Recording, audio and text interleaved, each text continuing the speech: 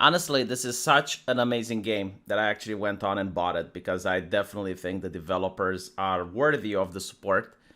And not only that, as I played it, I realized the game is even better than I initially thought. So now I'm giving it a glowing review. Definitely encouraging you to try it out. If you like Baldur's Gate, if you like Neverwinter Nights, you're definitely going to like this game. And this is coming from a person that didn't really like the first Pathfinder game, and that's because the story didn't really manage to captivate me. The NPCs weren't that interesting, but this game managed to fix all of that. The story is amazing. The NPCs are so well done. And even if you can say, well, okay, but that's kind of subjective. Maybe you like a character more than another. Okay, fine. But their quests are also very spectacular. So with that said, I'm not going to make a review of the game because you probably can find Barons out there. But I can tell you how to create a new class.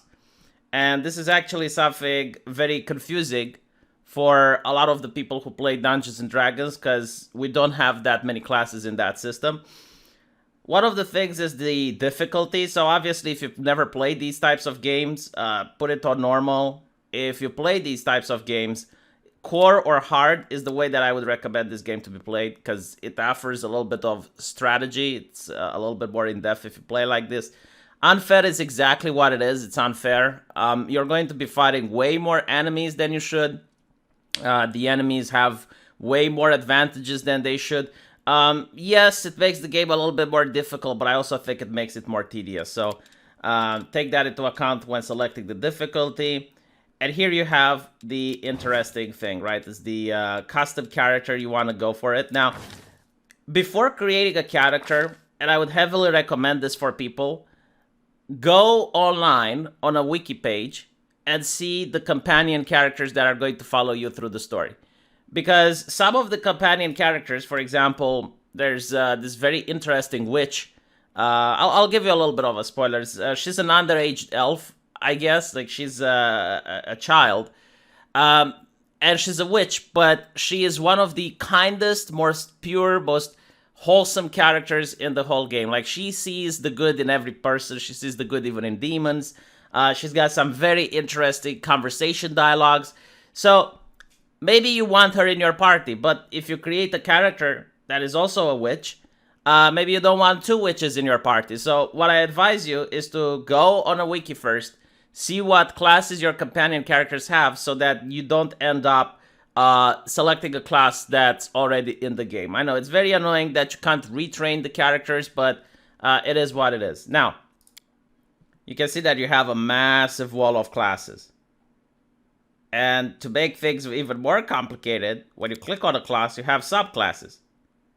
So it's very difficult to figure out if you're a new player, what exactly do you want to play? And many times it will happen that you're going to pick a class, you're not going to be happy with it, you're mid-game, you want to know more about the story, but now you're frustrated because you have to start the game all over again in order to play something that you like. So before even going into this menu, you have to ask yourself, what type of archetype do I want to play as? Because all of these classes fall under very few archetypes. So do you want to play something that is straightforward, only uses weapons, doesn't use any spells, goes into battle and bashes heads? That is the martial archetype. Then you can say, well, I want to play the spellcaster. Okay, that is another archetype. Or you can be a pet class, or you can be an archetype that mixes both. Now, once you decide on an archetype, let's say you want to be the martial one that uses the weapons, you have several sub-archetypes. So you can either be melee-oriented, like go with a massive hammer in the front line and bash things, or you can be ranged-oriented. You can sit in the back line with a crossbow or with a longbow and fire at the enemies, dealing massive damage. Or you can be tank-oriented, meaning that you're carrying heavy plate, you don't do a lot of damage, but you're in the front line soaking up all the damage. If you choose to be the spellcaster archetype, then you can be either someone that does damage, like throws fireballs and stuff, or someone that sits in the back row and buffs your companions, heals them whenever needed, right? So now you start to have a better understanding of the type of character you want to play, so it makes it a lot more simpler when you choose a class. So for example, if you want to be the range archetype, well, You can be a fighter. And as you can see, when you look at the little circle here, it shows the range combat potential that the class have. So if you go with the fighter, you can have the potential of being a tank. You can have the potential of doing damage up and close with melee weapons, and you have the potential of doing damage with range.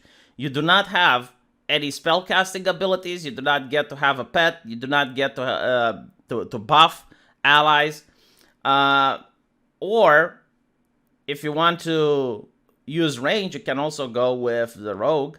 And as you can see, the rogue has got less potential of range than the fighter, but in exchange for that, he gains a couple of interesting abilities. He gains a little bit of magic if you play the Eldritch Scoundrel.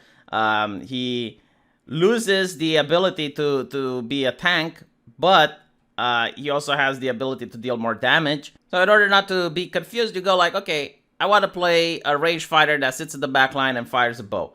And you notice that the fighter can do that, the hunter can do that, the ranger can do that, and the slayer can do that. And now you have fewer options to go through. Now you have just fewer choices, and it simplifies the whole process. All right, now I'll recommend to you some fun classes that you can start as, and I guarantee you're going to have fun playing these classes. Let's say you want to be the archetype of the melee fighter. So you're go again, you're having armor, you're able to take a beating, but you're also able to dish out by swinging your two-handed sword. Then I definitely recommend the Cavalier. The Cavalier is a new class which was introduced in this game. And as far as I can tell, I don't think you have any NPC having this class, so you're never going to be worried that you're having two Cavaliers in your party. They have the ability to ride either horses or they can ride dinosaurs depending on the class that the subclass that you're picking. And they're very fun to play. If you build it right, and you have a lot of dice to avoid the attacks of opportunity, you can dance around the battlefield, you can move wherever it's needed. Whenever one of your companions is having difficulties, you can be there to help them out. So this is a very fun, very mobile class that you can play. You can also dismount and your raptor or your horse can attack by itself. So this is a very interesting and very nice class that you can start off with. If you want to be a range class, then I advise you stay away from the monk and you also stay away from the ranged fighter archetype. Because there's already two characters in the game with these archetypes and you might end up liking their personality, but you might not want them in your party because you don't want to class stack and you want to benefit from a range array of classes to complete each other. Instead, I would suggest that you go with the hunter, you go with the ranger, or you go with the rogue. Now, the difference between them is that the hunter has a pet. So it's kind of like the World of Warcraft hunter, where you send your pet forward in order to keep the enemies at bay while you shower them with arrows from behind. Ranger is fun because you can select a favorite enemy. And as you probably guessed, there's a lot of demons in this game. So you're going to get a lot of benefits, especially if you go with the Demon Slayer subclass. And the rogue is fun because it has the ability of dealing sneak attacks. Now, sneak attack means that if the enemy isn't focusing on you, you can deal more damage to it. So if you're being ranged and you're sitting behind, you're going to stack up some of those sneak attacks. Now, take into account you already have an NPC in the game, which is an Eldritch Scoundrel Rogue. This makes him kind of like, I suppose, a mixture between a mage and a rogue. But you can take him and you can send him down the path of the Arcane Trickster. And then you can play a ranged rogue and you have two classes that don't conflict with each other.